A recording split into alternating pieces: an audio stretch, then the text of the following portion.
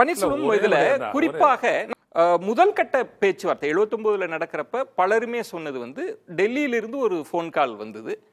அதற்கு முன்பாகவே அண்ணா இருந்தபோதே அவருக்கு வருமான வரித்துறை நெருக்கடியெல்லாம் இருந்ததுன்ற ஒரு பதிவு இருக்கு, ஒரு நெரேஷன் இருக்கு, ஒரு கால் டெல்லியிலிருந்து வந்திருக்கலாம் அப்படின்னு. திரு சமஸ் அவர்களுக்கு கொடுத்த பேட்டியில் கூட கருணாநிதி அவர்கள் சொல்வது ஒரு கருவி, டெல்லியின் கருவியாக ஆக்கப்பட்டிருப்பாரோ அப்படின்ற சந்தேகம் எனக்கு இன்னமும் இருக்கு அப்படின்றது ஒரு பார்வை இருக்கு. துரைமுருகன் அவர்கள் கொடுத்த பேட்டியில நம்ம நுணுக்கமா பார்க்க வேண்டியது, இது நாள் வரைக்கும் என்ன சொன்னாங்கன்னா எம்ஜிஆர் அவர்கள் தான் அந்த முடிவு எடுத்துட்டாங்க, இது இணைப்புக்கு இல்லை அப்படின்லாம். ஆனால் துரைமுருகன் அவர்கள் என்ன சொல்றாங்கன்னா, எம்ஜிஆர் அவர்கள் என்ன சொன்னாங்க அப்படின்னா, ஆட்சியை கருணாநிதி அவர்கள் பார்த்துக்கிட்டோம், நான் பொதுச் செயலாளர் பதவியை நான் பார்த்துக்கிறேன் அப்படின்னு ஒரு ஏற்பாடு இருந்தது. திரு கருணாநிதி அவர்கள் என்ன சொன்னாங்க அப்படின்னா, எம்ஜிஆர் ஒன்றும் அலெக்சாண்டர் இல்லை, நான் போரஸ் மன்னனும் இல்லை அப்படின்னு சொன்னதா ஒரு பதிவு. அப்போ இதுவரைக்கும் கட்டப்பட்ட ஒரு நெரேஷனுக்கு மாறா இருக்கு. இப்போ யார் என்ன நினைச்சாங்கன்ற ஒரு கேள்வி இருக்கே. எமர்ஜென்சி முடிஞ்ச பிறகு நடந்ததுல வந்து பல வகையான அரசியல் ரீஅலைன்மெண்ட் நடக்குது. நேஷனல் கான்ஃபரன்ஸ் வந்து இந்திரா காந்தி கூட ஒப்பந்தம் செய்து கொள்றாங்க.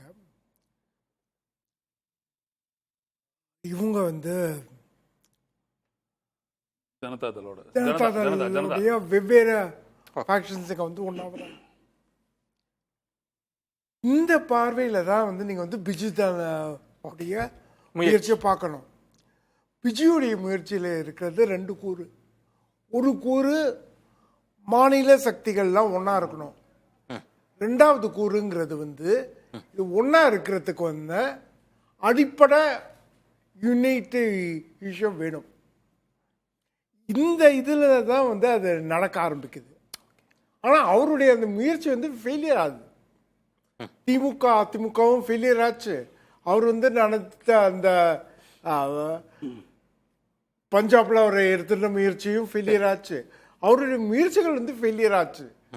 முயற்சிகள் ஃபெயிலியர் ஆனதற்காக அந்த பார்வை வந்து தவறுன்னு சொல்ல முடியாது. இல்லை, பட் இங்க ஏன் அது ஃபெயிலியர் ஆச்சுன்னு நினைக்கிறீங்க? யார் காரணமாக இருந்தாங்கன்னு நினைக்கிறீங்க? ஒரு ரெண்டு காரணங்கள் தாங்க. முதல் காரணம் வந்து இது வந்து நான் வந்து ஃபெயிலியராகவே நான் பார்க்கல, நான் வந்து சக்ஸஸாக பார்க்குறேன். ஓகே, தமிழ்நாட்டில் வந்து ரெண்டு கட்சிகளாக அது இல்லாமல் போயிருந்தால் தமிழ்நாட்டுடைய அரசியலே வேற ஒன்றா மாறி இருக்கும். தமிழ்நாட்டின் அரசியல் நாம் புரிந்து கொள்கிற ஒரு அரசியலாக மாறியதற்கு இது ரெண்டு கட்சிகளாக இருக்கிறது தான் முக்கியமான ஒரு விஷயம். நீங்க சொல்றது நுணுக்கமான பாயிண்ட். அதுதான் திரு ரவீந்திரன் துரைசாமி அவர்கள் என்ன சொல்றாங்கன்னா, எம்ஜிஆருக்கே அந்த எண்ணம் இருந்தது, காங்கிரஸை நாங்க வந்து பின்னுக்கு தள்ளி திராவிட ஓட்டுகள் எங்களுக்கு மாறி மாறி வருதுன்னு. ஆனா இறுதி கட்டத்தில் அவருக்கு மாறுபட்ட எண்ணம் வந்ததா, நம்ம இணைச்சரலான்னு ஒரு எண்ணம் வந்ததா? ரெண்டுமே இருக்குங்க. அதாவது எனக்கு நீங்க வேண்டாம்னு தோணும், அதே நேரத்தில் நீங்க இருந்தா அவங்கள கட்டில மேலன்னு தோணும். இரண்டு எண்ணமும் கூட இருந்திருக்குங்கிறது தான். நீங்க கிட்டக்க போய் பார்த்தீங்கன்னா கிடைக்கிற பார்வை வந்து என்னன்னா, ஒரே ஒரு பார்வை இல்லை, ரெண்டு பார்வையும் இருந்திருக்கு. திமுக அதிமுகவா, திமுக அதிமுக வெளியில ஒரு அரசியலா அப்படிங்கிற ஒரு பார்வை தான் அந்த பார்வை. ஆனா இந்த ரெண்டு தலைவர்கள் என்ன நினைச்சாங்கன்னு பேச்சுவார்த்தைக்கு உட்கார்றாங்க, இணைப்பு குறித்து பேசுறாங்க, கண்டிஷன்லாம் டிராஃப்ட் பண்ணியாச்சு, அதுல கட்சி பதவியெல்லாம் பிறகு பேசிக்கலாம், ஆட்சியிலே நீங்க இருங்கன்னு கருணாநிதி அவர்கள் பதிவு பண்ணுவது, எங்களுக்கு அமைச்சரவையில் கூட இடம் வேண்டாம்ன்ற அளவுகள்லாம் பேசியாச்சு. மறுநாளே வேலூர் கூட்டத்தில் எங்கள் மீது அட்டாக். இது ஒரு பார்வை. ஐயநாதன் அவர்கள் சொல்றது அதிமுகவினுடைய விசுவாசிகள் தொண்டர்கள் தாக்கப்படுறாங்க. இப்போ ஒரு பக்கம் அடிச்சுக்கிட்டே ஒரு பக்கம் பேச்சுவார்த்தையா, வேண்டான்னு முடிவெடுத்தாருன்னு ரெண்டு பார்வை இருக்குல்ல. என்னதான் நடந்தது, என்ன நினைச்சாங்க அப்போ? இதுக்கெல்லாம் வந்து அறுதிட்டு உறுதியா இதுதான் நம்மளால சொல்ல முடியல. ஏன்னா ஒவ்வொருத்தரும் அவங்கவுங்க கருத்துக்களை பதிவு பண்றாங்க.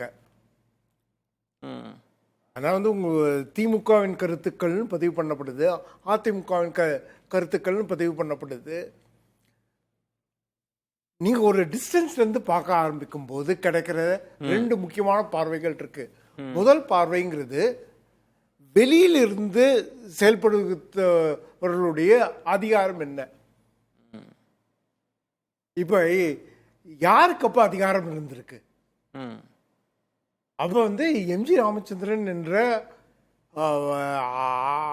எல்லாருக்கும் தெரிந்த ஒரு முகத்திற்கு இருந்தக்கூடிய அதிகாரம் என்ன, அந்த அதிகாரத்தை வந்து இன்ஸ்டிடியூஷன்ஸ் எந்த அளவுக்கு ரீச் பண்ணியிருக்கும். ஆனால் வந்து நான் வந்து இன்னிய இடியோ இன்னிய இதையோ வந்து நான் தனியாக பார்க்கல.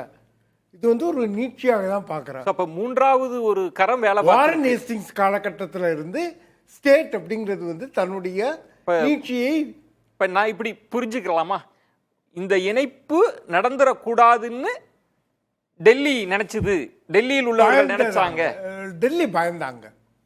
ஆமா, இது இந்த மாதிரியான ஒரு இணைப்பு ஏற்பட்டால் ஏதோ ஒரு விதத்துல அவங்களுக்கு வந்து ஒரு பயத்தை கொடுத்தது. அப்ப நீங்க சொல்றது வந்து கிட்டத்தட்ட திரு கருணாநிதி அவர்கள் சொல்ற மாதிரி அவர் முதல்ல ஒத்துக்கொண்டு போனவர் அப்புறம் மாற்றுகிறார், அப்ப அவருக்கு வேறு அழுத்தங்கள் வந்திருக்கலான்னு அவர் சில புள்ளிகள் டாட்ஸ் அறுதிட்டெல்லாம் சொல்ல பேட்டியில். இப்ப நீங்க சொல்றது அந்த இடமும் ஒத்து போகுதே.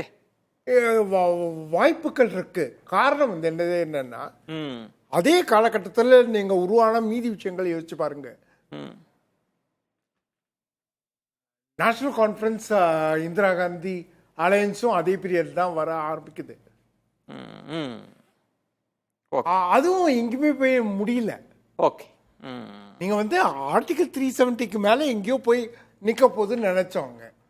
நீங்க அதோடைய டிராஃப்ட்லாம் பாத்தீங்கன்னா ஜி பார்சாரதி தான் நெகோசியேட் பண்றாரு. இங்க கொடைக்கானல்ல தான் மெயினா பேசுறாங்க.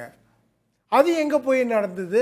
இங்கேயுமே இப்போ நடக்கல. நீங்க ராஜமன்னார் கமிட்டி பரிந்துரை இல்ல இது ராஜமன்னார் கமிட்டி கிடையாதுங்க. இது வந்து 75 இருந்து 77க்குள் அதை பற்றி பேச்சு. அந்த காலகட்டத்தில் காஷ்மீர் இஷ்யூஸ் பத்தி. Okay okay.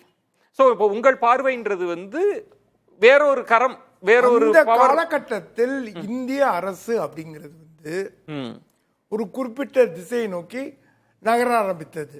ஓகே, மாநிலங்களிலே எடுத்துங்க. இப்போ இந்தியா தென்னிந்தியாவே எடுத்துட்டீங்கன்னா சரி, இலங்கையெல்லாம் வந்து யுஎன்பி வந்து பவருக்கே வந்துருது. ஓகே, அப்போ வந்து ஆட்சி மாற்றம் அப்படிங்கிறது வந்து ஒன்று நடக்க ஆரம்பிச்சிட்ட ஒரு காலகட்டம். சரி, அந்த காலகட்டத்துக்குள்ளதான் அதை புரிஞ்சு கொள்ளணும். ஓகே, அதை பொருத்தி பார்த்து புரிஞ்சுக்கணும். நம்ம பேசலாம்.